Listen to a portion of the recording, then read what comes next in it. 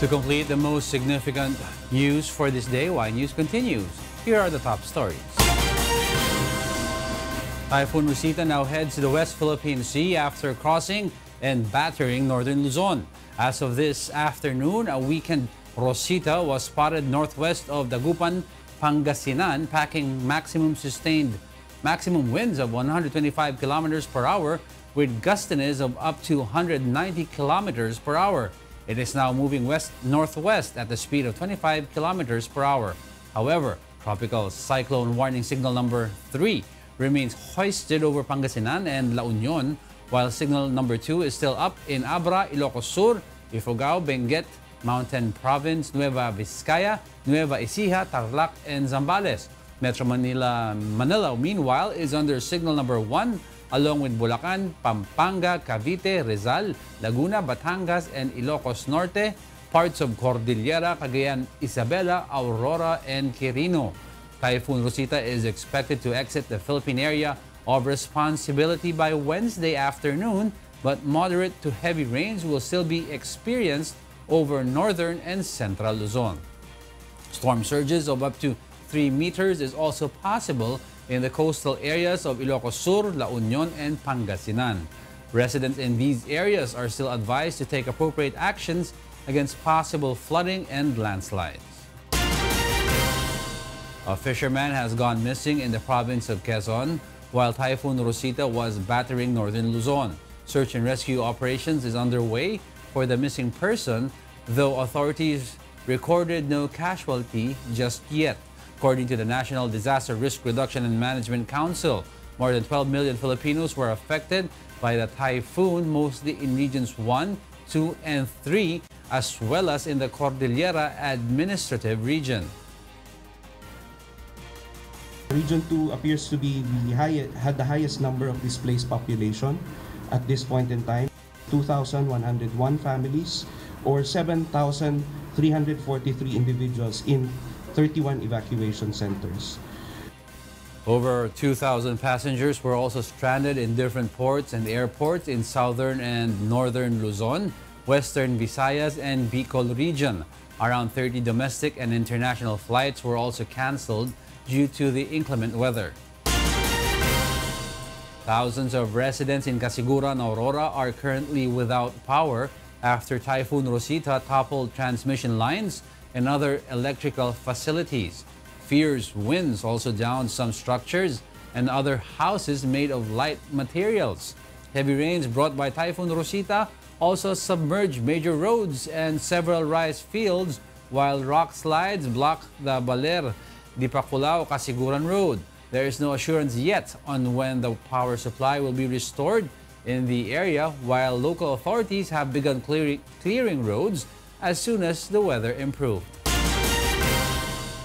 Strong winds brought by Typhoon Rosita also ripped buildings apart and uprooted many trees in the province of Isabela, where it made landfall early Tuesday morning. Part of a mall's ceiling, a food stall, and other buildings' wall and signages were also torn by vicious winds, and debris were scattered along the roads. And when the tempest slightly died down, local authorities immediately cleared debris from roads to make it passable to oncoming vehicles. Agencies are also working to restore damaged electrical lines to bring back power supply in the whole province. More than 4,000 individuals are staying in evacuation centers, and so far, no deaths and injuries have been reported after Typhoon Rosita's onslaught. Newly installed Social Welfare Secretary retired Military General Rolando Bautista, meanwhile, assures there is enough food packs and cash assistance for those affected by the typhoon. Mag-a-apply po sila, ibabalidate po kung talagang nasira yung mga tahanan nila, and meron po tayong cash assistance na binibigay. Depende po kapag ang bahay mo ay totally na damage, meron ka pong 30,000. Malacanang maintains that the Constitution is not violated when President Rodrigo Duterte placed the Bureau of Customs under military control and set all employees to floating status. Presidential spokesperson and Chief Legal Counsel Salvador Panelo, in a press briefing, cited Article 16, Section 5, 4 of the Constitution, which states that no member of the armed forces in the active service shall at any time be appointed or designated in any capacity to a civilian position in the government, including government-owned or controlled corporations or any of their subsidiaries. Panelo explains that the President has the right to make a drastic move because lawless elements are allegedly infiltrating the BOC. The President's decision to militarize the BOC came after rampant shabu smuggling that slipped from the customs security checking. Panelo clarifies, however, that the military will only assist in the operations, but none of them will be appointed to a civilian position. Their presence is also expected to somehow deter smuggling and corruption in the agency. But the President is not appointing or designating any particular member of the armed forces. As we said earlier, these people will be there first to make their presence felt, to create the military presence that hopefully will intimidate those corrupt people there. Number two, to assist them. The camp of Senator Antonio Trillanes IV is looking to file a motion to urge the Makati Regional Trial Court Branch 148 to reverse its ruling declaring President Rodrigo Duterte's proclamation 572 as valid.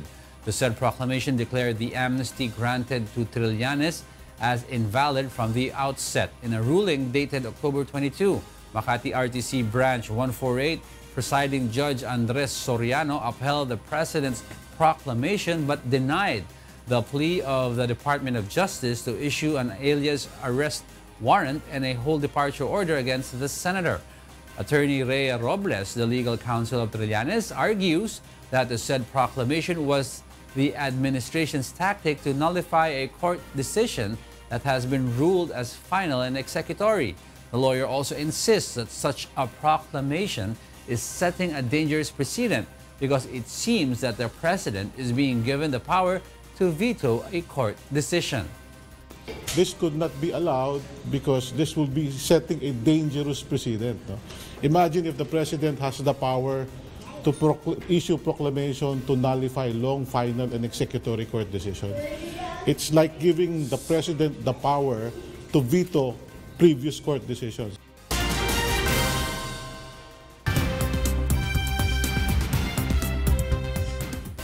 And for the news abroad, here's Kath Dumaraos live from Bangkok, Thailand. Kath, good evening. Good evening, Diego. Indonesian agencies step up its search for passengers of an airline that plunged into the sea by deploying underwater beacons. This report tells us why. The search continues for the passengers and crew of an aircraft that sunk into the sea after crashing off the island of Java, Indonesia. On Tuesday, the government has deployed underwater beacons to trace the flight's black box recorders in a bid to uncover why an almost new plane crashed minutes after takeoff. There were 189 people on board flight JT610 of budget airline Lion Air when ground staff lost contact with the Boeing 737 MAX 8 aircraft 13 minutes after it had left the airport in Jakarta early on Monday. We will use the equipment ping finder because it emits a ping, ping, ping noise at the frequency of 390 kilohertz. There's also a sonar scanner. After that, we will send in divers to find the position of black box. Hopefully, we can get the black box and the flight wreckage. Yusuf Latif, the spokesman of the National Search and Rescue Agency, earlier said there were unlikely to be survivors. In a statement, Lion Air said human remains had been collected in 24 body bags from the crash site, which is about 15 kilometers off the coast to the northeast of Jakarta. On tarpaulins at Jakarta's port, officers laid out items retrieved from the sea ranging from oxygen bottles to personal effects such as wallets, a mobile telephone, cash, and backpacks. Privately owned Lion Air said the aircraft, which had been in operation since August, was airworthy, with its pilot and co-pilot together having amassed 11,000 hours of flying time. The pilot of flight JT610, which was bound for Pangkal Pinang in the Bangka Belitung Tinmining region, had asked to return to base shortly after takeoff. No distress signal was received from the aircraft's emergency transmitter, Search and Rescue Agency head Mumad Shaugi told a news conference. Edward Siray, chief executive of Lion Air Group, said the aircraft suffered a technical problem on a flight from the resort island of Bali to Jakarta on Sunday night, but it was resolved according to procedure. Siray declined to specify the nature of the issue but said none of the airline's other aircraft of that model had the same problem. If the plane was broken, it is impossible to release the plane to fly from Denpasar. But as we know, moving objects are vulnerable by the time the aircraft is landing. However, when we received the flight crews report, we immediately fixed the problem. The crash has renewed concerns about the safety of Indonesian airlines soon after the US and European regulators removed prohibitions against them. Kat Dumaraos, UNTV News and Rescue.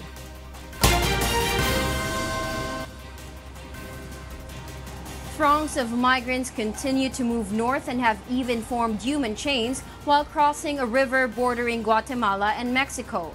U.S. President Donald Trump, meanwhile, sends more than 5,000 troops to Mexico border as the caravan advances. Beverly Saison tells us why. A new group of migrants bound for the United States were seen on Monday forming human chains to cross the Suchiate River at the border between Guatemala and Mexico, following thousands of other Central Americans fleeing poverty and violence who have taken similar journeys in recent weeks. There are now three major groups moving north. A group of more than 300 Salvadorans left the capital San Salvador last Sunday. A larger group of mostly Hondurans, estimated to number between 3,500 and 7,000, who left their country in mid-October and are now in southern Mexico. This third group, seen on the footage, broke through a gate at the Guatemala border with Mexico in Tecon on Sunday and clashed with police. Local first responders said that security forces used rubber bullets against the migrants and that one Honduran migrant was killed. Meanwhile, the United States said on Monday it will send over 5,200 troops to help secure the border with Mexico, a far larger than expected deployment as President Donald Trump hardens his stance on immigration ahead of November 6th midterm elections. The deployment will create an active duty force comparable in size to the U.S. military contingent in Iraq as Trump's administration draws attention to a caravan of migrants that is trekking through Mexico toward the United States. General Terrence O'Shaughnessy, the head of U.S. Northern Command, said 800 U.S. troops were already en route to the Texas border and more were headed to the borders in California and Arizona. O'Shaughnessy said some soldiers would be armed, although it wasn't clear who, beyond U.S. military police, might need those weapons. We have the authority given to us by Secretary Mattis. The units that are normally assigned weapons, they are in fact deploying with weapons. U.S. officials have stressed that the troops would not police the border and instead carry out support roles like building tents and barricades and flying U.S. Customs personnel to locations along the border. Trump said the United States would build tent cities to house migrants seeking asylum rather than releasing them while they await court decisions. Trump said detaining asylum seekers while their cases are being decided would discourage others from following suit. Beverly Saison, UNTV News and Rescue, USA.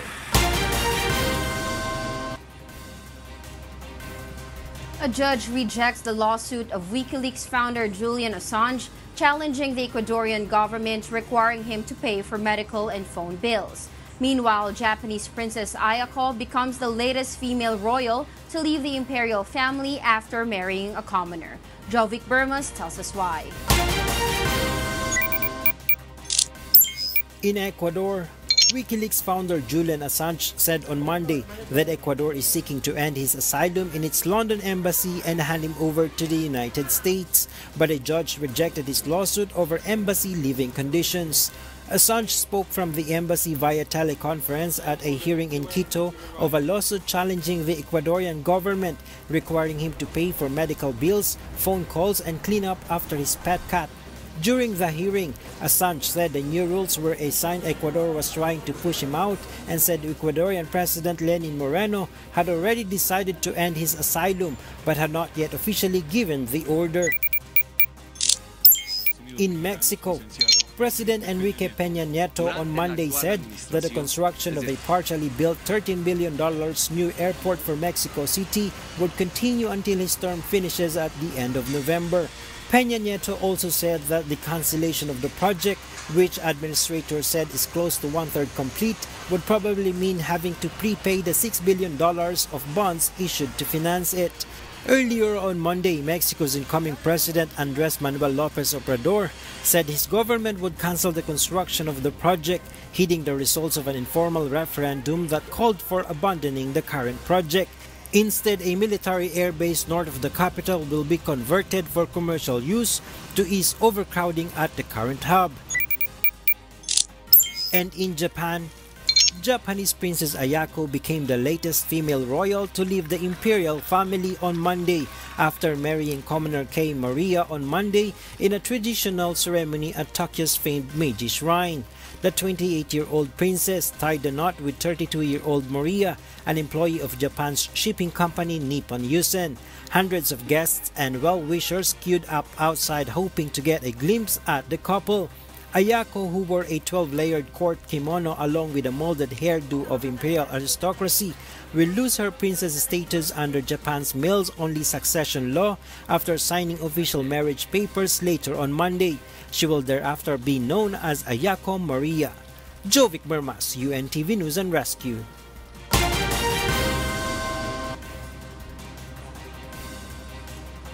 And those are the news from the other parts of the globe. Back to you, Diego. Thank you, Kat. The Morales live from Bangkok, Thailand.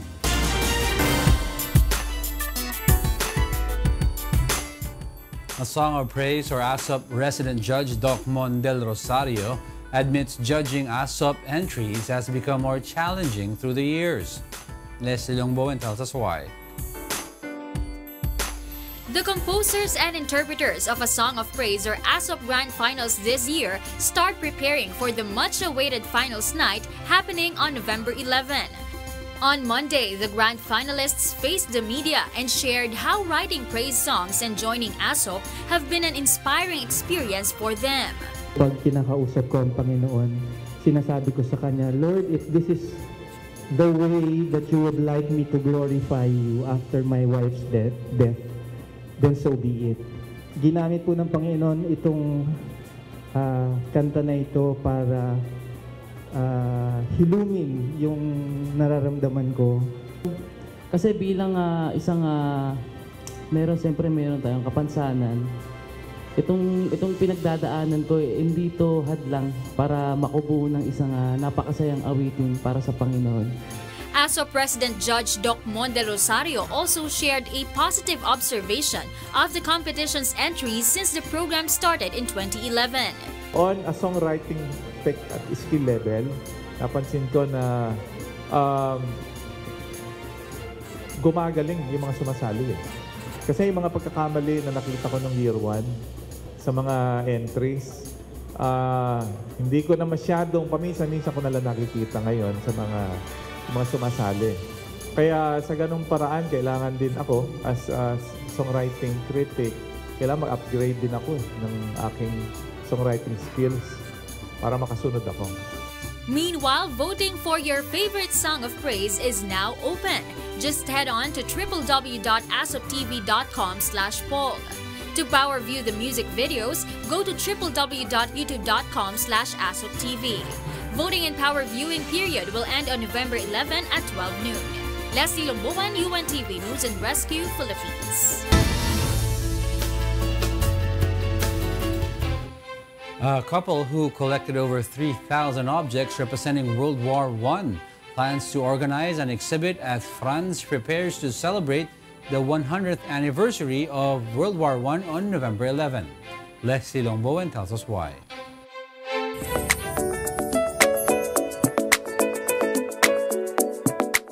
One step into the home of Chantel and Serge Judice could transport a visitor back to the World War I battlefront.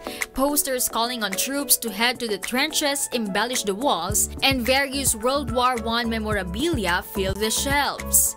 The couple's collection boasts more than 3,000 pieces, each of which represents a single infantryman.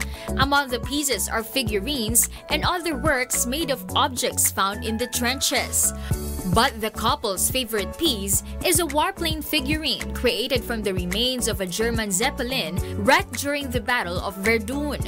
Besides the souvenirs, mannequins donning ones worn by soldiers and nurses during World War I are scattered around the house, a way to commemorate the violence of the era, Serge Judice, 66, said. As France prepares to celebrate the 100th anniversary of World War I on November 11, the Judices plan to organize an exhibit to share their collection to the public. Meanwhile, for the first time ever, art created by artificial intelligence sold for $432,500 at a New York auction. The AI-generated portrait of Edmond Bellamy depicts a slightly blurry chubby man in a dark frock coat and white collar, and his off-center position leaves enough white space to show the artist's signature, a mathematical algorithm. Christie's, the auction house that has sold paintings by Picasso and Monet at record prices, offered the portrait for sale from October 23 to 25. The work was initially estimated to fetch between $7,000 to $10,000 according to the auction house. Leslie Lumboan, UNTV News and Rescue. And those are the reasons behind the news, October 30, 2018. On behalf of Rheena Villamor-Camara, I am Angelo Castro III. Because we need to know, we will always ask why. Good evening.